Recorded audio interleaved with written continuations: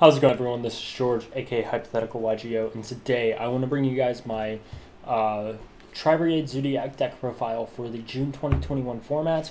I believe this deck is the deck to beat this format. There are so many toolboxy things that this deck does.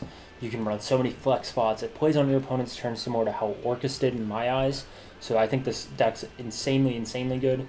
And I think this is a good basic list to go off of.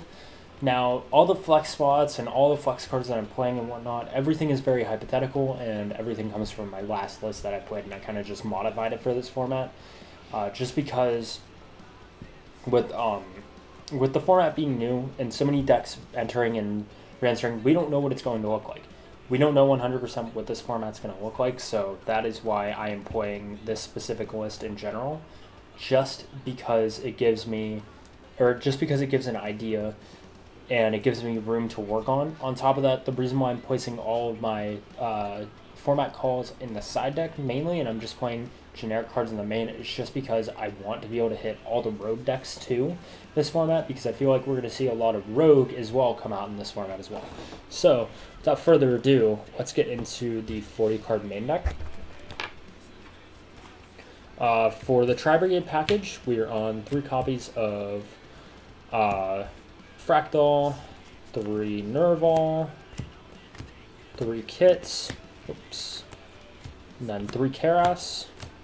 The reason why we're on these ratios is because, for one, I like having access to all 4 Tri-Brigade monsters. I like having access to so many of them. Having access to Karas more often than not is actually a lot better. The consistency of having 3 Karas is really nice. Your Desires vanishes get a lot better. Plus, this is able to play going second a lot better as well with 3 Karas. And you play more Tri-Beast monsters, so this is even more live. So this is live even more so as well. So that's why I'm on 3 of this. But all the other ones are pretty standard. So Kit dumps Tri-Brigade cards. Nerval adds Tri-Brigade monsters, and Fractal just loads up your grave and then gets all your plays started. So, and then they, of course, on field do all of the Tri-Brigade shenanigans. So then we are on, for our zoos, we are on 1 rat, 1 ram, 1 whip. Rat gets you access to both of these, and both of the effects as material just come up every so often. So it's just very nice to have these as like a toolbox engine that you could access. Plus, rat and ram make like a Mega Clops combo. For those of you that don't know what the zoo cards do, Rat Pure on normal summon sends a Zoodiac monster from deck to grave. Ram whenever it's when it's material to a Beast Warrior XZ monster. Yeah, it's whose original type is Beast Warrior type. When a trap card is activated that targets Ram, you can detach him, or targets that XZ monster, you can detach material, negate the activation, and then Whiptail. If it battles an opponent's monster after damage calculation, you banish that monster. So these just get a bunch of utility, and then you can just make Tiger Mortar and get whichever one you want. So the amount of times that I went Rat Pure send Ram, and then overlay for Tiger Mortar, and then my opponent does nothing, and then I swap the materials underneath, and then they try in punishment, and I just negate the activation, and they can't do it. So that's why I do that. Then for the monster hand traps in the main, we are on 3 Ash, Blossom, and Joyous Spring. That's all we're on. Just because this is the most versatile. I don't know if I'm going to want something that's higher impact or lower impact or just more trap cards yet. So I'm just on 3 Ash Blossom and 3 Imperm in the traps. We'll get to that later, because that hand trap's going to be really good this format, I feel, with, of course, Drytron and with so many different things. But this card just being able to deal with like being able to deal with like a Drytron Zeta, or this card being able to deal with like a Fractal or Misk even, super nice. So there's that. Then we're on to the spells. We play 3 copies of Tenki just for consistency. This allows you to see Fractal or your zoos more often. Then we are on 3 Pot of Desires. Pot of Desires says +1. You're running so many multiples in the deck, so you're not worried about banishing multiples of what you need. So that's really nice. And then for the other spells, we are on Call by the Grave, Zoodiac Barrage, and Monster Reborn. These two are self-explanatory. This is free access to zoos, and then this protects from hand traps, plus Call by the Grave, certain cards is nice. But Monster Reborn, target one monster in either graveyard, special summon it. So this could actually be pretty nice. For one thing, since Tri-Brigade is going to be so prevalent this format, you could actually just take your opponent's Tri-Brigade monsters. If their Shureg was link summoned properly, you just Monster Reborn target their Shureg, and then you can summon it and banish something on their field. On top of that, Foolish Burial, I felt like having Foolish Burial would basically be 7 copies of Fractal, and I found it to be very bricky. And on top of that, any other card, like 1-for-1 that you could play in this slot, 1-for-1, the only target you have is Nerval, so it's not really worth it. And Monster Reborn is probably the best card to play in this slot. Then we're on to traps. So for the first set, we're on Revolt. This is a searchable Ice Dragon's Prison, along with a Rhoda, all in one card for the Archetype. Why? Because you summon back a Nerval and 3 other Tri-Beasts, and then you make a Shureg. This card is absolutely insane. It properly summons the monster. It is an activate once per turn, so Ghost Spell and Haunted Mansion is going to be a very strong hand trap this format. But it only negates activations, so if you have 2 copies of this, you can actually play through it. On top of that, Revolt is just a really crazy card to have. If your opponent negates this, you can change Strike, and then you're dealing with multiple problem cards, so that's why you got to play that. Then we are on to the next trap, which is 3 copies of Ice Dragon's Prison. Ice Dragon's Prison, we don't know how prevalent Dragon Link or Scrap Donos or whatever are going to be this format, so you could actually use Ice Dragon's Prison on all the machine monsters. You could use Ice Dragon's Prison on all the dragons. You could use it in the mirror and take stuff. You can use it on so many different things, so that's why you got to play Ice Dragon's Prison. And then 3 copies of Solemn Strike. Just a big negate. just a nice big negate for 1,500 life points is not super bad. Plus, it can also negate special summons. So if your opponent tries to hard summon the or UCT, they would have to add it back to hand and then try and summon it again. They can't like Monster Reborn it or anything because it wasn't summoned properly. So you can strike that. You can strike cards like Chaos Ruler. You can strike Revolt if it's the only card in the chain. There's so many different things that you can do with this card. And then for the other hand trap / trap card, we're on 3 Infinite Impermanence and the 1 Imperial Order. I'm super happy to see this card back just because I like the way Infinite Impermanence plays.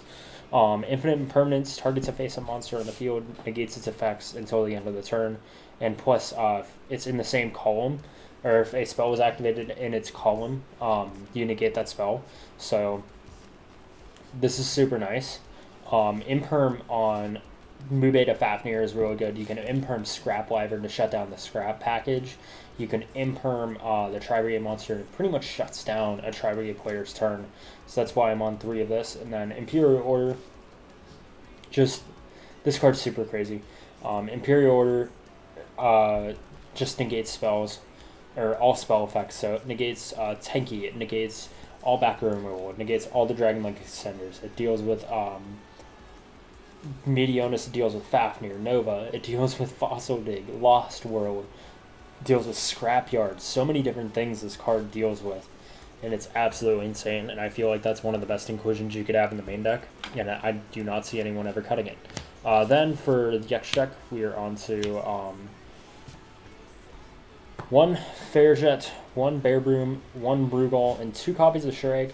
Fairjet just allows you to extend further. Bear Broom searches Revolt and plus can recurse stuff from grave. This card is crazy. Rugal, just being able to recur stuff from grave. This recurs stuff from banish, I'm sorry. Recur stuff from grave and trigger Shureg banish on your opponent's turn is super nice. And then on top of that, Shureg is absolutely crazy card in Yu-Gi-Oh! Shureg is a non-targeting banish if it is summoned, if it is special summoned, not link summoned, if it is special summoned, or if another Beast, Beast Warrior, Wing Beast monster is special summoned to your field. This card is a non-targeting banish.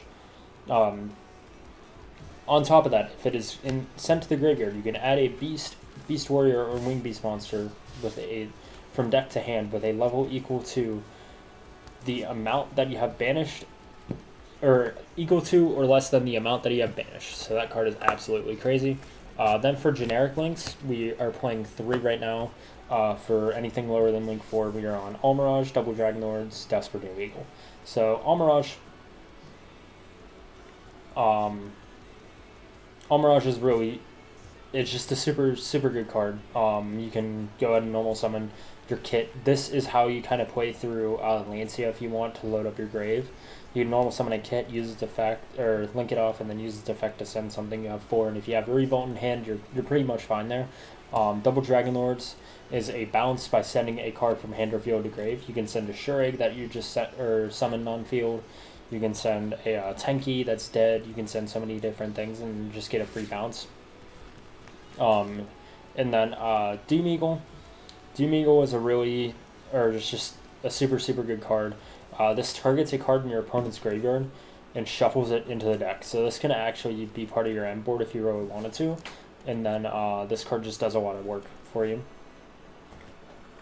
Then for the Link 4s, we're on Appaloosa Access Code. Appaloosa just can become part of your end board if you needed to. And then Access Code allows you to win games that you really should not have won. Access Code allows you to break boards that you shouldn't be able to. You are playing 4 attributes that you should have in your grave by that time, which can be an Appaloosa, which can be a Double Dragon Lords or a Doom Eagle. You have Earth, you have Fire, and you have Dark. There's so many different attributes that you're playing in this deck. You can pop 4 with this and boost it to 6,300.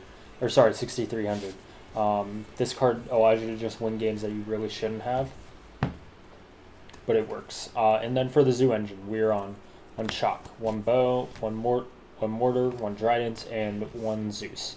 Chalk, Mortar, and Trident all kind of come up in their own right.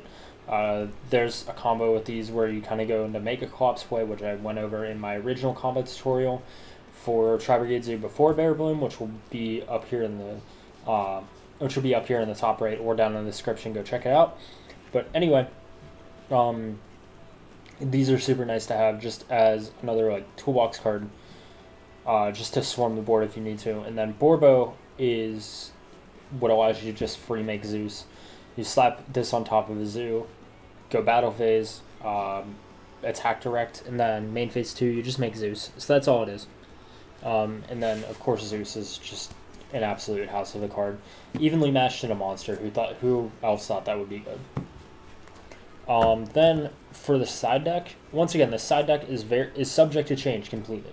So this side deck is very hypothetical based off of what I think the current format will be. So that is why I'm playing it right now, and it is subject definitely to change. But we are on 3 copies of Ghost Bell.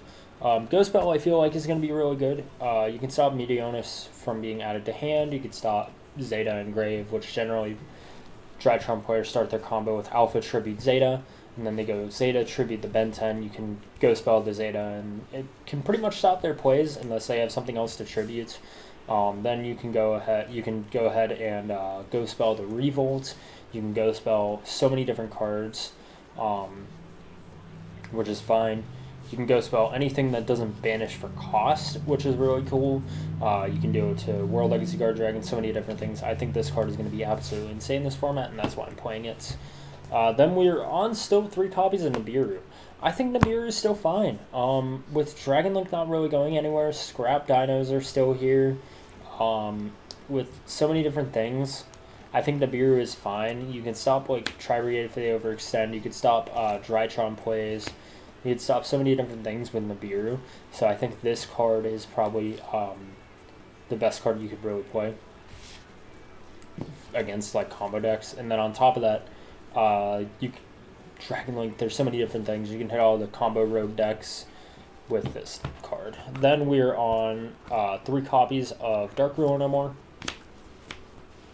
Dark Rule No More just allows you to deal with boards, just allows you to negate everything, and then from there, what you can do is you can just go ahead and normal summon a Zoo, make Borbo attack, clean up the board from there. So that's why you got to play Dark Ruler. It allows you to simplify the game state so that you can break boards, because one of the biggest issues with Tri-Brigade is playing into established boards. That's the biggest issue with this deck. Then we are on 3 copies of Twin, just for back row hate. I still feel like Twin's very strong. I don't see Shadow's going anywhere. I don't see Prank Kids really going anywhere. This is able to deal with stuff in standby phase where you can't otherwise do so. And then finally, for the final set of cards, we are on 3 copies of Solemn Judgment. Just more cards to answer mass back row removal or dark row no more or anything. Plus, this can just stop inherent summons, like for instance Chaos Roller. So that's why I'm on that right now, and that's why I am on this list. So if you guys enjoyed the video, feel free to leave a like. I really appreciate it. If you have any suggestions for the list, leave them in the comments down below. I will feel free to check them out. I will take them all into consideration. I take all your comments into consideration unless it's something that is very, very Pepega.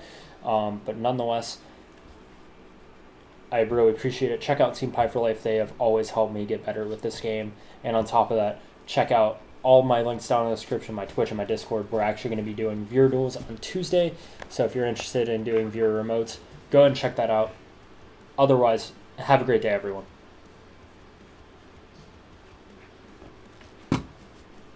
Fucking